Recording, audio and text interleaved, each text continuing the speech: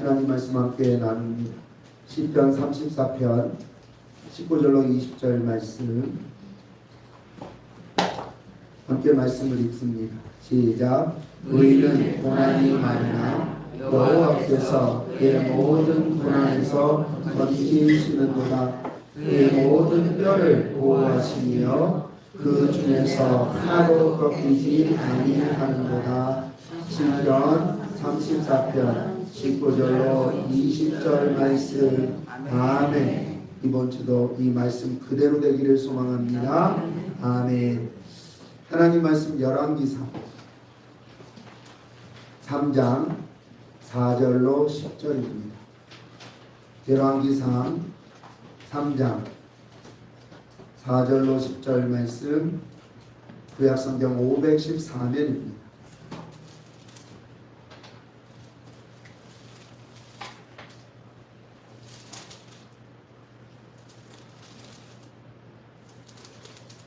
열왕기상 3장 4절로 10절 말씀, 구약성경 514면 교독하시고 마지막 절을 함께 읽겠습니다.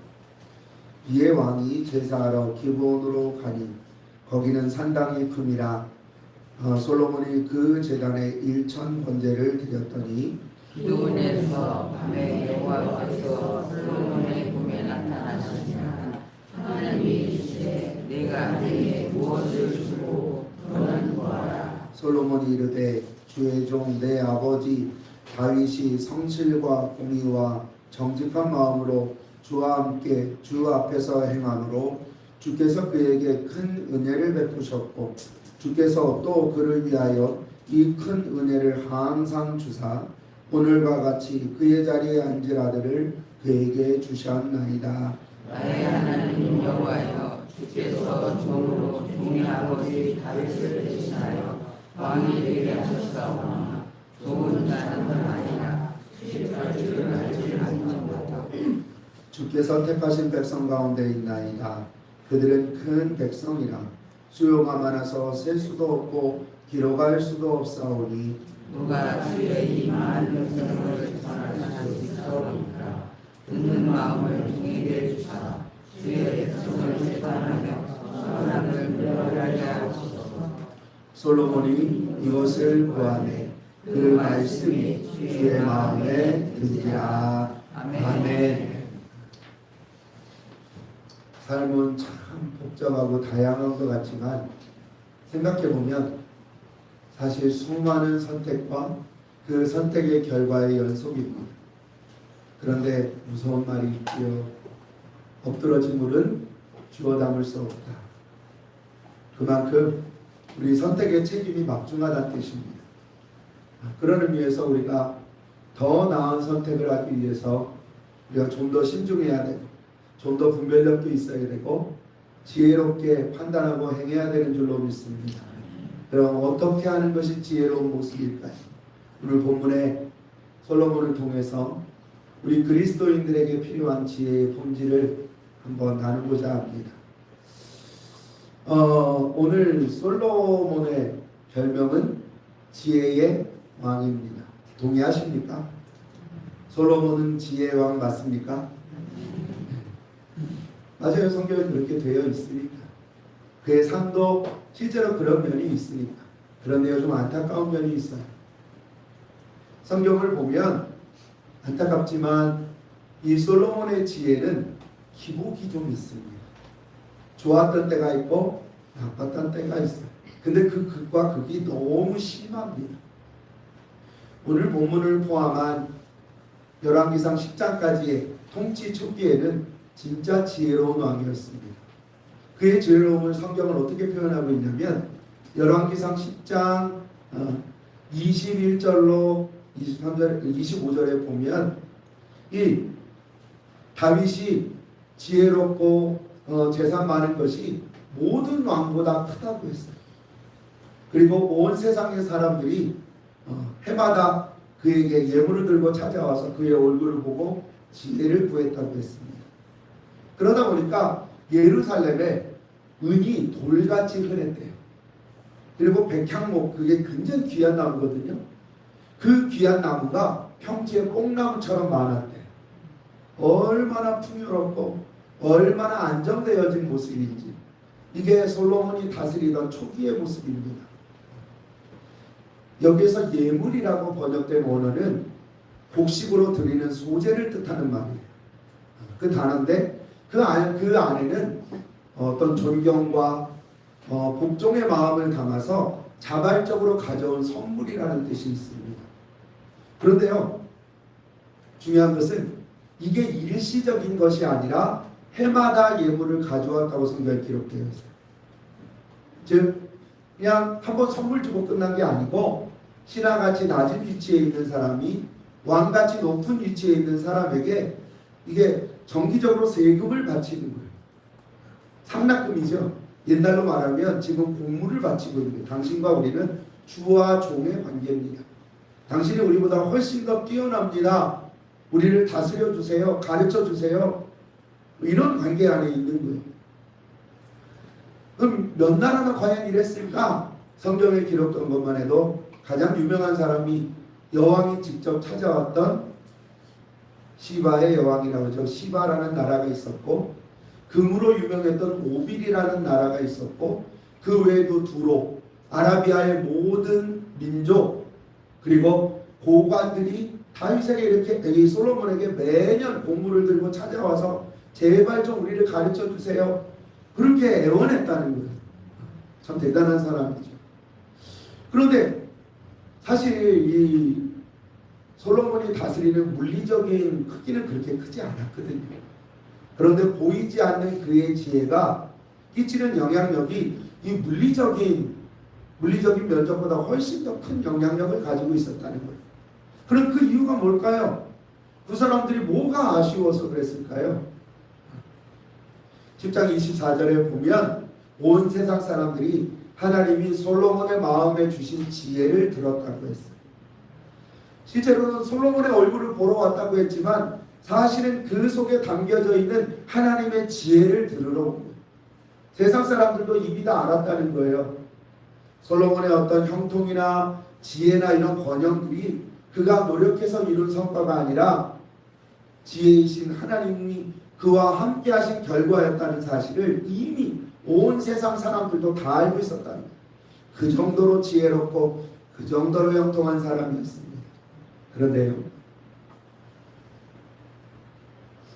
10장까지 그랬던 사람이 11장 들어서서 갑자기 바뀝니다. 지혜로웠던 그가 영악해집니다.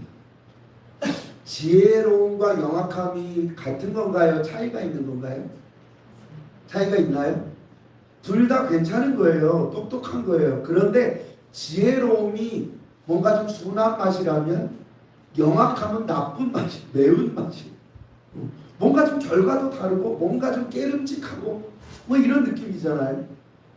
하나님 보시기에 정말 지혜로웠던 솔로몬이 이제는 영악해진 모습을 보이는데 그 기점이 열왕기상 11장의 모습. 그럼 그때 무슨 일이 일어났냐? 그때 이제 정략 결혼이 일어나게 되는 거예요. 그때부터. 지금까지만 해도 말씀드린 대로 온 열방의 사람들이 와서 막 예물을 싸들고 와서 제발 좀 우리를 가르쳐 주세요. 이랬던 상황이었는데 이제는 반대로 솔로몬이 그들에게 가서 지혜와 안위를 지금 부탁하고 있는 거예요. 제발 우리를 지켜달라. 그렇게 하나님을 떠난 그 모습을 그렇게 된 이유에 대해서 성경은 그렇게 얘기합니다. 그 솔로몬의 마음이 돌이켜서 이스라엘의 여호와 하나님을 떠났더라. 함께 하셨던 하나님을 떠난 그의 마음, 그러니까 지혜를 이제는 지혜의 영역 가운데서 떠나버린 그의 마음은 이제는 유혹을 당합니다.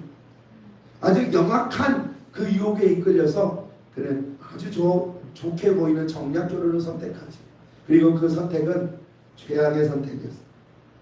자기가 가진 모든 것을 다 그냥 빼앗겼을 뿐 아니라 자기 백성이 앞으로 경험하게 될 그런 분단과 오랜 세월의 고통을 이 모든 일에 그는 주범이 되어버린 거예요. 어떻게 이런 일이 일어났을까? 이런 솔로몬의 삶은 우리에게 지혜의 양극단을 보여줍니다.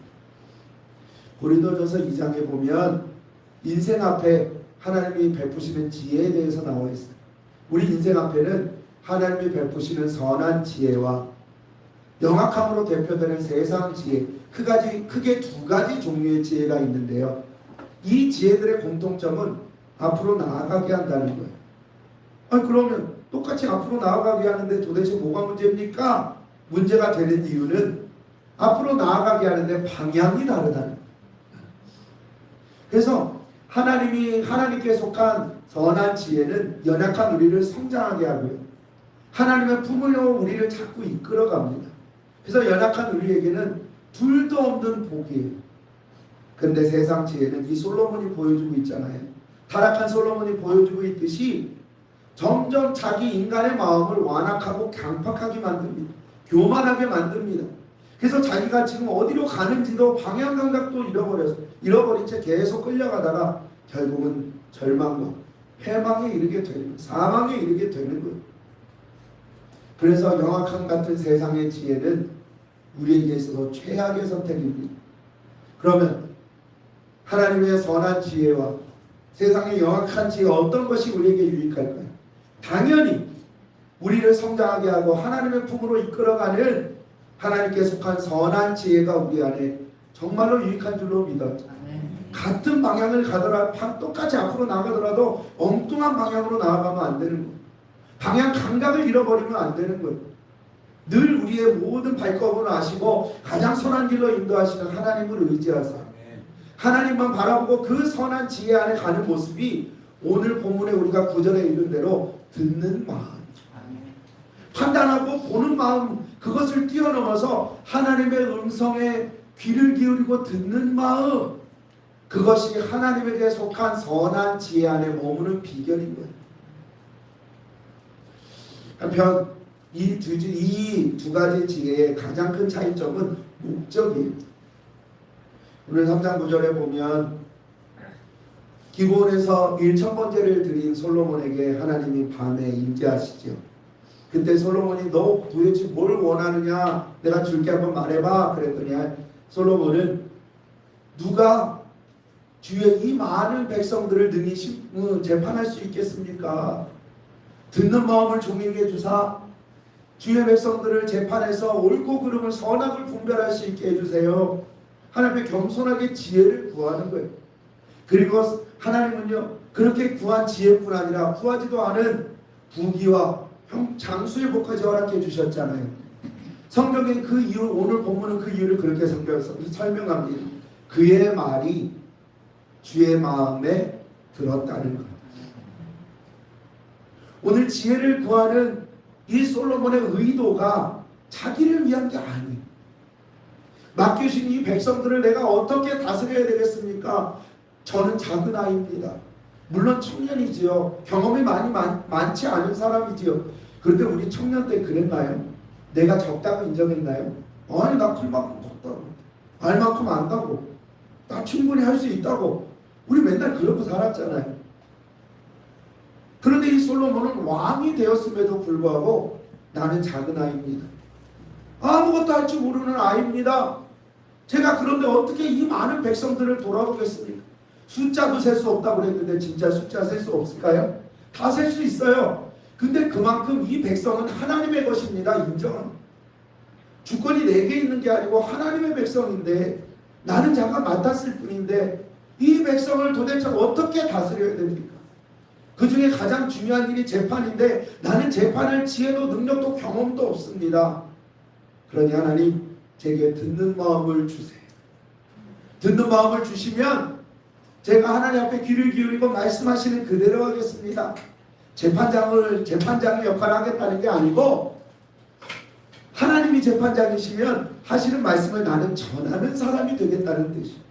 하나님의 주권을 온전히 인정하는 고백이에요. 그의 목적은 하나, 하나님의 마음을 아는 지혜가 내 안에 있기를 원합니다. 그랬더니 그 마음이 하나님이 기쁘시고, 그래서 하나님은 그에게 이런 복까지 주시죠. 내 전에도 너 같은 왕이 없었는데 앞으로 내 뒤에도 너 같은 왕이 절대로 일어나지 않을 거야. 너는 유일한 왕이야. 하나님 그런 복까지 주셨어요. 이 젊은이에게, 어린아이에게. 그러는 위해서 사실 이 솔로몬은 작은 아이임에도 작은 아이라고 자신을 소개하지만 너무 지혜로운 사람이었어요. 하나님의 마음을 헤아릴 줄 아는 사람이었잖아요. 이게 다 아버지에게 배운 거예요. 오늘 기브온은 산당에서 제사할 수밖에 없었어요. 그때는 성전이 없었으니까. 기브온에서 제사를 드리되 그냥 제사가 아니라 1천 번제를 드렸다고 했어요. 다윗이 하나님 앞에 드리던 그 모습을 그대로 본받은 거예요. 일생 동안 하나님과 동행했던 다윗 왕 아버지의 모습을 보면서 이 솔로몬도 하나님을 극진히 사모하고 간절히 사모하고 늘 그 마음의 귀를 기울이고 하나님의 마음을 헤아리려고 노력했던 사람, 그것이 그의 지혜로움입니다. 오늘 본문에는 듣는 마음이라고 기록되어 있지만 이전에 개역성경에는 지혜로운 마음을 달라고 했어요. 우리 듣는 마음이라고 번역된 원어가 지혜라는 뜻이에요. 그러니까 곧 하나님께 내게 말씀하시는 게 내가 가지고 누려야고 행해야 될 지혜라는 뜻이에요. 이렇게 하나님의 마음을 꿰뚫어 보고 헤아릴 수 있는 사람이었기 때문에 이런 솔로몬의 마음이 하나님의 마음을 감동시킬 수 있었다. 근데 여기까지 11장 되니까 달라집니다. 이렇게 지혜로웠던 솔로몬의 마음속에 교만과 어리석은 그런 영악함이 완전히 가득 채워지게 돼요. 지금까지 하나님이 베푸신 은혜, 그 형통을 경험하면서 얼마나 기분이 좋았을까요?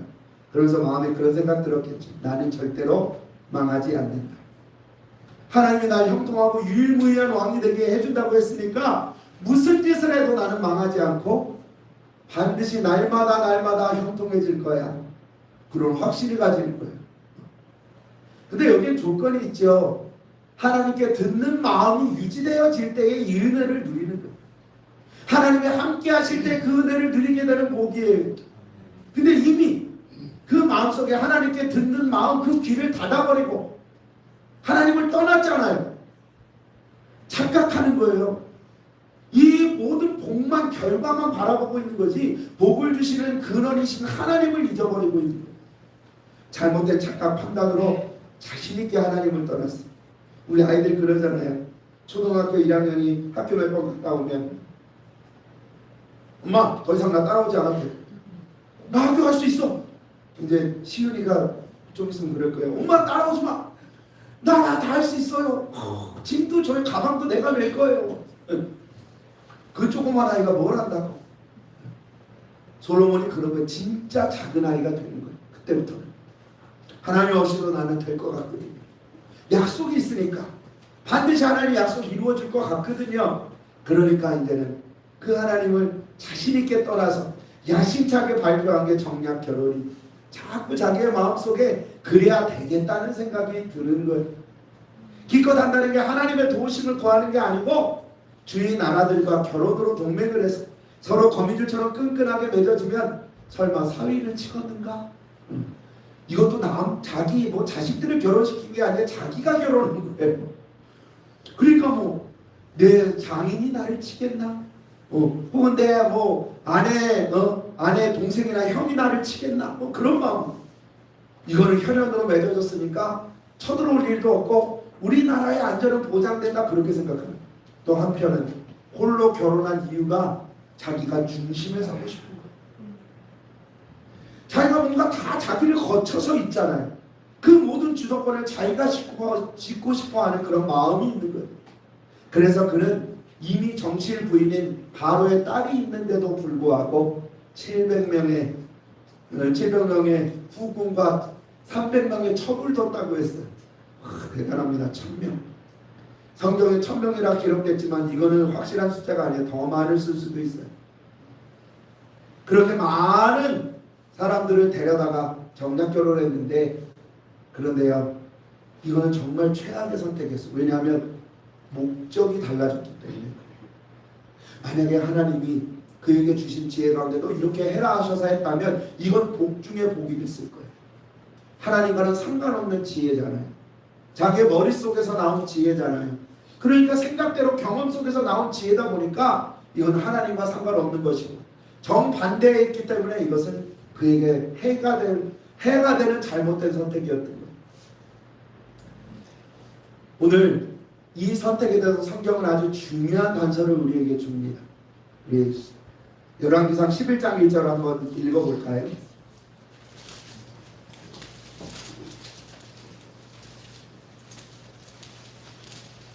열왕기상 11장 1절 말씀 시작.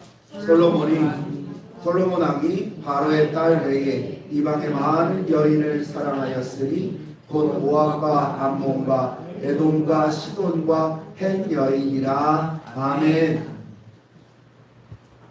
희한하죠? 정략 결혼을 지혜라고 표현하지 않고 사랑이라고 표현하고 있어요. 왜 그럴까요? 지혜롭게 지단에는 지혜롭게 행한 게 이거다라고 말하는 게 아니고 이방 여인을 사랑했다 이렇게 표현하고 있어요. 여기서 사랑이라고 번역된 언어는 영육간의 쾌락을 쫓는 마음을 뜻해요. 그런데 이 단어가 해석된 이 단어가 성경에서는 하나님의 변함없는 완전한 사랑을 뜻하는 말이기도 해요. 여기에는 이 사랑이라는 단어 속에서 솔로몬의 치부를 드러내시는 거예요. 이거는 솔로몬이 정말 이스라엘의 안위를 위해서 정말 생각해서 이스라엘을 지키기 위해서 결혼한 게 아니고 이거는 자기의 쾌락을 추구를 위한 목적이라는 거예요. 육신의 쾌락을 뛰어넘어서 영적 쾌락, 우상 숭배를 통한 영적 쾌락까지 그의 사랑이 이루고 있다는 거예요. 잘못된 선택이에요. 하나님을 사랑하는 게 아니라 이제는 우상을 사랑하는 여인들의 문제가 아니에요. 자기에게 기쁨을 주고 자기를 즐겁게 해주고 자기를 박수 쳐주는 그 사람들에게서 자기의 영광을 추구하고 자기의 기쁨을 누리는 거예요. 1000명이나 되는 사람들과 어떻게 살아갈 수 있겠어요? 그건 육체의 쾌락을 이야기하는 게 아니에요. 그건 당연히 깔고 가는 것이고 그 위에 높아지고자 하는 영광을 취하고자 하는 그런 교만한 마음이 그 안에 들어가 있는 거예요. 그리고 11장 40절에 보면 하나님이 이제 두 나라를 나누시면서 여로보암을 남유다의 왕으로 선택하시거든요. 그런데 이 솔로몬이 이 여로보암을 죽이려고 해요. 그래서 여로보암이 죽음을 피해서 저기 이집트로 도망갔다가 솔로몬이 죽을 때까지 거기에 있었다고 기록되어 있어요. 여로보암은 왕이 돼야 돼요, 말아야 돼요? 당연히 왕이 되어야 되는 사람. 왜냐면 하나님이 정하셨잖아요. 하나님은 주권이잖아요. 그런데 하나님이 세우신 왕을 죽이려고 했다는 건 반역이에요. 하나님의 주권을 인정하지 않는 거예요. 그거는 사실은 반역이라기보다는 싸움을 거는 거예요. 나도 하나님만큼 지혜롭고 가진 게 많고 권세 있는 사람입니다. 자기의 육체적 쾌락, 영적 쾌락을 통해서 이미 알고 있거든. 자기가 그렇게 경험하고 있거든. 믿고 있거든요. 나도 하나님 못지않은 사람입니다. 하나님의 주권에 자기의 결정을 가지고 지금 부딪히고 있는 거예요. 전쟁을 거는 거예요. 여기서 할 수 있는 건 그가 이렇게 세상의 지혜를 구하는 목적은 결국 자기의 영광과 자기의 권세를 위한 그런 수단과 방법밖에 안 된다는 뜻이에요. 솔로몬이 완전히 변해버렸습니다. 그만큼 그렇게 지혜로웠던 사람인데 어느새 이렇게 가장 어리석은 영악한 사람이 되어버린 거예요. 어리석은 영악함이라고 말씀드리는 이유는 본인이 똑똑하다고 생각하지만 그 결과는 가장 최악이기 때문에 말씀을 드리는 거예요. 자기 딴에는 지킨다고 생각했어요. 그러나 그 본질 속에는 자기를 위한 이기적인 선택이었던 거예요. 그 결과는 진짜 무섭습니다. 11장 1절 아까 우리 읽었을 때 이방 여인들이 솔로몬의 마음을 돌이켜 우상신을 섬기게 했다면 다른 신을 섬기게 했다. 이제는 좋아라 하는 거예요. 그쪽에는 아무 육체적인 행위도 다 있거든요. 그러니까 막 몸도 마음도 즐거워. 하나님을 섬길 때는 맨날 그 앞에 무릎 꿇어야 되는데 거기 가면 자기가 높임을 받으니까. 이 시대에 정말 이건 심각한 문제였던 것이 고대 근동에 결혼할 때는요. 여인들이 자기가 섬기던 신들을 가지고 오는 관습이 있었어요. 이스라엘 땅이 이미 문제가 심각하죠. 하나님은 가나안 땅에 들어갈 때 모든 기식 있는 것들을 동물까지 다 죽이라고 했어요. 그런데 다 죽이지도 않았고 그로 인해서 산당도 남고 그 산당에서 우상제사를 여전히 하고 있었단 말이에요. 이스라엘 백성들이. 그런데 거기다가 기름을 부은 거예요. 1000명의 사람들과 결혼했으니 우상이 적어도 1000개 이상은 들어왔겠죠. 그것도 아주 공개적으로 자유롭게 들어온 거예요. 그 중에는 뭐 중복되는 그런 우상들도 있겠지만 듣도 보도 못한 우상들도 들어왔을 거예요. 우상 천지가 돼버린 거예요, 이스라엘 땅. 얼마나 이 이스라엘 땅이 영적으로 타락했는지 보여주는 게 열왕기하 21장 3절과 5절에 보면 역대급으로 악한 왕 므낫세가 나와요. 그 므낫세가 여호와의 전 앞 두 마당에 1월 성신, 해와 달과 별을 섬기는 그 제단을 만들어 놓고 자기 아들들을 불 가운데로 지나가겠다. 인신제사를 드렸대요. 우상제사거든요. 사람을, 자기 자식을, 장자를, 이건 몰록신에게 드리는 제사예요. 산채로 그냥 태워서 죽이는 거예요. 백성들은 물론이고 왕이 이러고 있어도 뭐 백성들은 말할 것도 없지요. 이스라엘이 이렇게 된 형편이 솔로몬이 아주 큰 역할을 했다는 거예요. 1000명의 사람들을 데리고 들어와서 얄팍한 지혜로 그들을 데리고 와서 그들의 우상까지 완전히 그냥 우상 개망을 해놓은 개망. 이스라엘 땅이 이렇게 더럽혀졌습니다. 고고학자들이 예루살렘 거리를 발굴했을 때 거리와 가정들에서 셀 수 없는 드라빔이 나왔어요. 드라빔 크기가 잘해봐야 5cm, 3cm, 10cm도 안 됩니다. 그 부뚜막식 뭐 이런 개념이에요. 형상 만들어 놓고 이렇게 막 목탁처럼 형상 만들어 놓고 그걸 신으로 섬기는 거예요. 라헬이 가지고 나왔잖아요. 드라빔. 그런 우상들이 수도 없이 나왔다. 심지어 하나님께 제사를 드리는 이 그 단 옆에 우사에게 제물을 바치는 단이 함께 있었다. 성경에도 기록되어져 있습니다. 이게 본격화된 게 솔로몬 때부터 1000명이 넘는 그 1000개가 넘는 우상들이 함께 유입되면서 이스라엘은 극도로 혼란을 겪게 됩니다. 지금까지 하나님의 지혜로 하나님의 은혜 가운데 하나님께 귀를 기울이는 사람들이 있어서 근근히 그렇게 생명을 유지하며 살아가던 이 이스라엘 땅은 완전히 그냥 더럽혀지게 돼요. 솔로몬이 얼마나 무서운 죄를 지었는지 우리 성경은 충분히 우리에게 증명하고 있습니다. 그 중에 가장 핵심적인 말이 사랑이 아니라 그것이 사랑이라고 이야기하고 있는 거예요. 결국 너 좋으려고 너 쾌락 때문에 그렇게 한 거 아니야. 과연 진짜 하나님을 위한 것이냐? 아니라는 거죠. 하나님의 마음을 정말로 헤아렸던 그 사람이 이제는 자기 마음만 헤아리고 있는 고린도전서 1장 18절에는요. 십자가의 도가 멸망받을 자에게는 미련한 것이나 구원받은 우리에게는 하나님의 능력이라고 기록되어져 있습니다. 오늘 이 솔로몬이 보여주는 것처럼 하나님의 지혜를 따르는 삶 속에는 하나님의 영광과 권세가 드러나는 거예요. 자기만 성장하고 구원받는 것으로 끝나지 않아요. 살아계신 하나님이 드러나요. 오죽하면 온 세상이 하나님이 솔로몬과 함께 계심을 보고 하나님이 그 안에 주신 지혜를 구했다고 했잖아요. 그런데요, 후반기의 솔로몬처럼 얄팍한 자기 지혜, 세상 지혜에 치우치게 되면 그는 결국 자기 영광과 의를 드러내는 것뿐이에요. 잠시 잠깐은 달콤하게 번쩍할 수 있겠지요. 그러나 결국 그거는 망조가 되는 길이에요. 이렇게 하나님의 지혜와 세상 지혜는 양극단에 있어요. 절대로 하나가 될 수도 없어요. 절대로 두 가지를 한꺼번에 취할 수도 없어요. 어느 한 가지를 우리는 반드시 취해야 돼요. 그런 우리에게 고린도후서 1장 19절로 25절을 얘기합니다. 하나님이 자기 지혜로 죽을 죄인들을 구원하시기 위해서 십자가의 예수를 우리의 지혜와 능력으로 주셨대. 하나님의 어리석음이 사람보다 지혜롭고 하나님의 약하심이 사람보다 강하다고 말씀하세요. 여기에서 우리의 선택권은 분명해지는 거예요. 그런데도 우리가 자꾸 세상 지혜에 쏠리는 이유는 달콤해서 그래요. 얼마나 맛있어 보이는지. 만약에 내 아이가 아픕니다. 그러면 그 아픈 아이를 두고 하나님께 기도하는 사람이 많을까요? 아니면 엄마한테 전화하거나 인터넷 찾아보는 사람이 많을까요?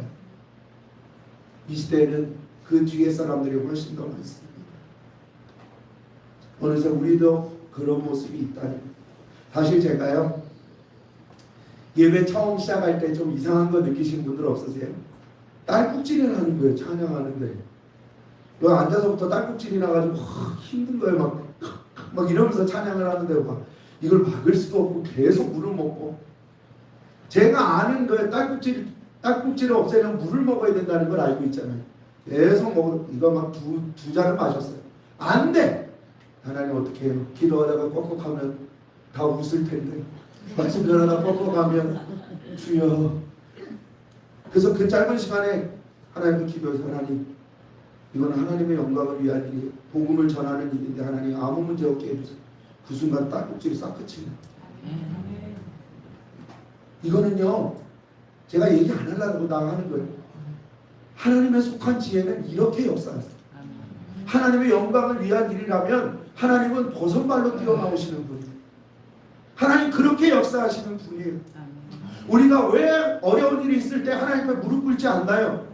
기도하는 건 오래 걸린다고 생각해요. 당장 응답되는 기도도 있지만 수개월, 수일, 수년 걸리는 것도 있어요. 죽을 때가 돼서야 되는 것도 있어요. 그러니까 그거는 조금 내 삶에서는 뒤에 있는 방법인 거예요. 일단 한번 해보고 저처럼 물을 좀 마셔보고 가슴도 좀 쳐보고 숨도 좀 참아보고 안 되니까 기도하는 거예요. 제 자신을 지금 깎아내리면서 말씀을 드리는 거예요. 그런데 우리의 원칙은 하나님께 구하는 거예요. 하나님께 듣는 귀가 있어야 되는 거예요. 하나님 무엇라 말씀하시나 그 지혜를 구할 때 시간의 문제는 더 이상 시간은 문제가 되지 않아요. 그 상황이 해야 될 상황이면 하나님 버선발로 뛰어나오셔 반드시 우리에게 역사해 주시는 거예요. 그런데 우리는 세상께 달콤해요. 치면 나와요. 구글에 얘기하면 재미난 구글 얘기해봐 그러면 쭉 얘기해줘요. 설교도 우리 해놓으니까 막 거기에 딱 이렇게 별표된 거 딱 누르니까 막 요약해서 나오더라고요. 주제가 이렇다고 막 몇 분 몇 초. 이런 시대를 살아가니까 기도는 멀리 보이고 검색은 가까워 보이고 엄마 아빠에게 또 내 생각 경험 그런 걸 의지하는 게 훨씬 더 쉬워 보이고, 그런데요 그거는 달콤해 보이지만 결국은 우리를 망하게 만드는 길입니다. 왜냐하면 그 목적은 하나님의 영광이 아니라 자기 영광이기 때문에 그래요.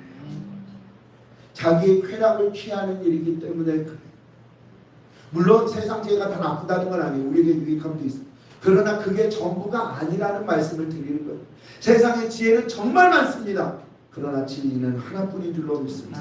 하나님이 그 진리의 귀를 기울이고 듣는 귀가 있는 사람, 그리고 듣고 행하는 사람이 하나님의 지혜가 그 삶 속에 이루어지는 걸 경험하게 됩니다. 솔로몬이 그랬잖아요. 종에게 듣는 귀를 주소서. 자기의 주권을 하나님 앞에 내어드리고 주권자로서의 삶을 포기하고 대신 하나님의 뜻 가운데 순종하며 살아가는 삶, 그것이 듣는 길을 내어드리는 삶이에요. 그런 사람만이 하나님의 지혜 가운데 살아갈 수 있고 하나님의 지혜 가운데 살아가는 사람이 성장을 거듭하게 되는 거예요. 근데 우리는 어떤 지혜를 찾아가고 있습니다. 다니엘서의 이 마지막 시대에 사람들이 지혜에 목말라서 여기에 지혜 있다, 저기가 지혜 있다, 서로 막 이리저리 찾아다닌다고 했어요. 근데 진짜 지혜가 여기저기에 있나요? 오직 하나의 말씀 진리, 하나님 성경 안에 있는 것, 하나님의 뜻 안에 우리가 따라야 될 진리가 있는 것. 우리 그리스도인들이 어떤 지혜를 따라가야 될까요? 얄팍한 지혜, 그러나 달콤한 음료의 지혜를 따라가지 마세요. 잠깐 나를 만족시키고 기쁘게 해준다고 해서 그게 나를 살린다는 보장이 없어요. 달콤한 덫이 사탕 많이 먹었다가 당뇨병 걸리듯이. 그러나 하나님의 지혜는 우리를 언제나 살리시는 능력인 줄로 믿습니다. 그 능력의 귀를 기울입시다. 그래서 솔로몬과 같이 하나님이 우리가 기도할 때 우리에게 혹시 깨닫게 하실 때가 있잖아요. 하나님 너 도대체 나한테 뭘 원해서 이렇게 기도하냐? 그때 우리 그렇게 기도하자고요. 하나님 내게 하나님의 마음을 듣는 마음을 주세요. 세밀하게 하나님의 마음을 헤아리고 그 마음대로 순종하는 마음을 주세요. 그렇게 우리가 하나님 앞에 겸손하게 전반기에 솔로몬처럼 나아가면 지혜이신 하나님이 우리의 삶을 늘 영육간에 형통하게 하시고 구원의 은혜를 경험하게 하시고 기쁨이 충만하게 하실 줄로 그런 소망을 가지고 우리는 오직 진리이신 하나님께만 우리의 마음을 기울이는 우리에게 되시기를 소망합니다. 기도하겠습니다. 살아계신